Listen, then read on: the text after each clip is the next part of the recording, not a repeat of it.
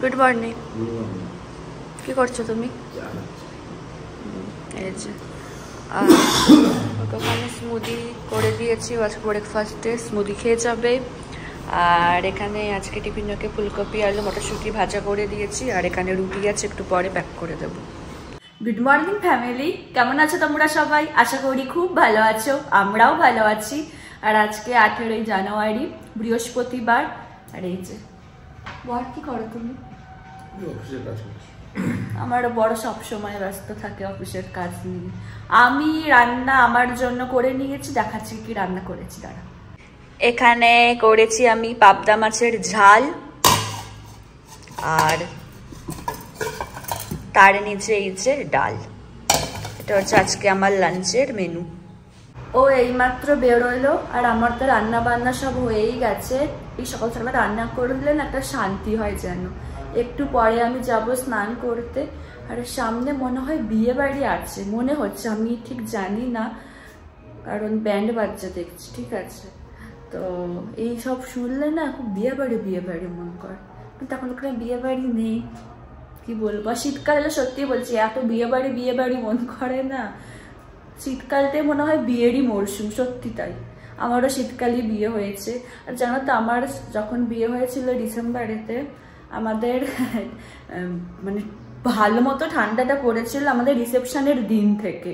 মানে বাবা কি ঠান্ডা যে পড়েছিল, মানে সিরিয়াসলি। আমি তো লেহেঙ্গা পরেছিলাম না, আরো ঠান্ডা লাগছিল যেন। বাট তাও খুব মজা হয়েছিল, মানে প্রচুর নেচেও ছিলাম আমরা সবাই মিলে, খুব মজা হয়েছিল ওই সময়। আর তোমরা তো বিয়ের ফুল ভিডিওটা দেখেইছো, আর যদি না দেখে থাকো তো আমার ইউটিউবে দেওয়া আছে, তোমরা গিয়ে দেখে নিতে পারো। না এবার জানো তো, ভাবলাম যে ওপরে হুডিটা আমি এবার একটু খুলি, কারণ স্নানেতে যাবো, যদি হুট করে সঙ্গে সঙ্গে যাই না, হুডি খুলে ঠান্ডা একটু বেশি লাগবে। আগে থেকে একটু খুলে রাখলে একটু স্থিতিশীল হয়ে যাবে ঠান্ডাটা।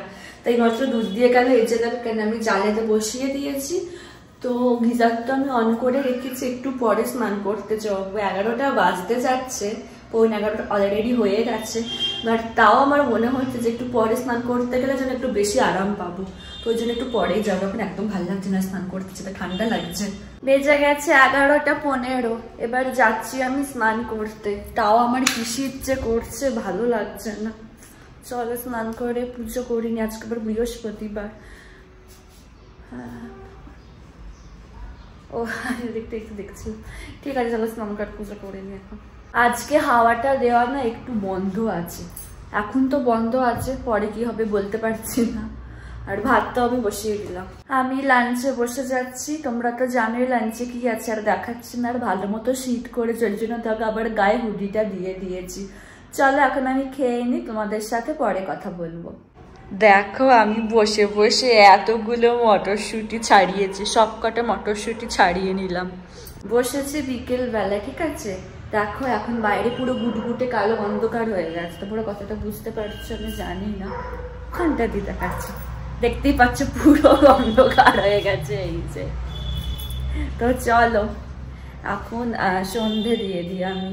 আর যেন একেবারে মটরশুঁটির স্তূপ বানিয়ে দিয়েছি একটা। 6:30 বেজে গেছে। এবার আজকে রান্না শুরু করব রাতে। আজকে রাতে রান্না হবে মটরের ঘুগনি। আজকে আর কোনো মটর দেবো না, মানে ঘুগনির মটর দেবো না, ঠিক আছে। শুধুমাত্র মটরশুঁটি দিয়েই আর কি আজকে রাতে রান্না ঘুগনিটা হবে।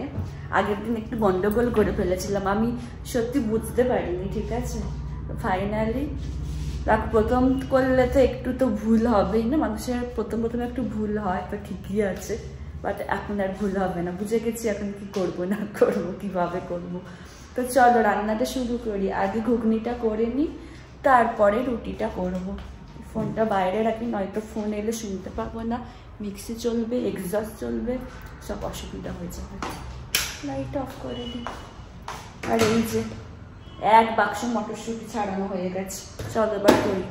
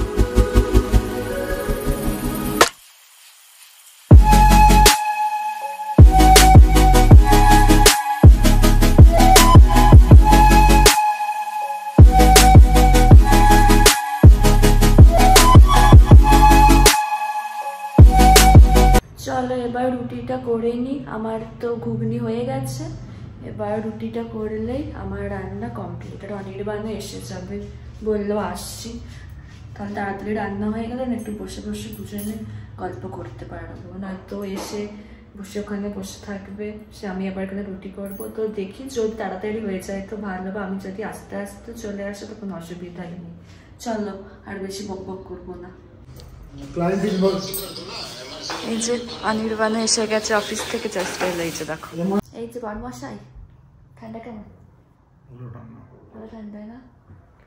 পুরো লেপের তলায় ঢুকে গেছে। আমি এখন লেপের তলায় ঢুকতে পারছি না, কারণ বেরোবো আবার ঠান্ডা লাগবে। লেপের তলায় ঢুকে দেখে বড় বেশি ঠান্ডা লাগে না? অনেক বেশি ঠান্ডা লাগবে, যা লেপের তলায় আমি ঢুকছি না, তুমি ঢুকে থাকো। আজকে আমার চিকেনের আইটেম খেতে এত পরিমাণে ইচ্ছে করছিল, তো অনির্বাণকে বলেছিলাম চিকেন তন্দুরি অর্ডার করতে। তো এই যে দেখো এসে গেছে, আর এটা খেতে খুবই ভালো লাগে। তো চলো, আমাদের খাবার বাড়া হয়ে গেছে। এটা অনির্বাণ একটা দিয়ে দেবে না, ঠিক আছে? আচ্ছা, পুরো মটরশুঁটি দিয়েই করেছি। আর আমার খুব ঠান্ডা। চলো চলো খেয়ে নিই এখন।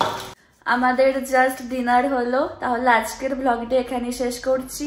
যদি আমার ভিডিওর কিছুটা হলো তোমাদের ভালো লেগে থাকে তাহলে অবশ্যই তোমরা আমার চ্যানেলটাকে সাবস্ক্রাইব করো, আর আমার ভিডিওগুলোকে লাইক কমেন্ট আর শেয়ার করো।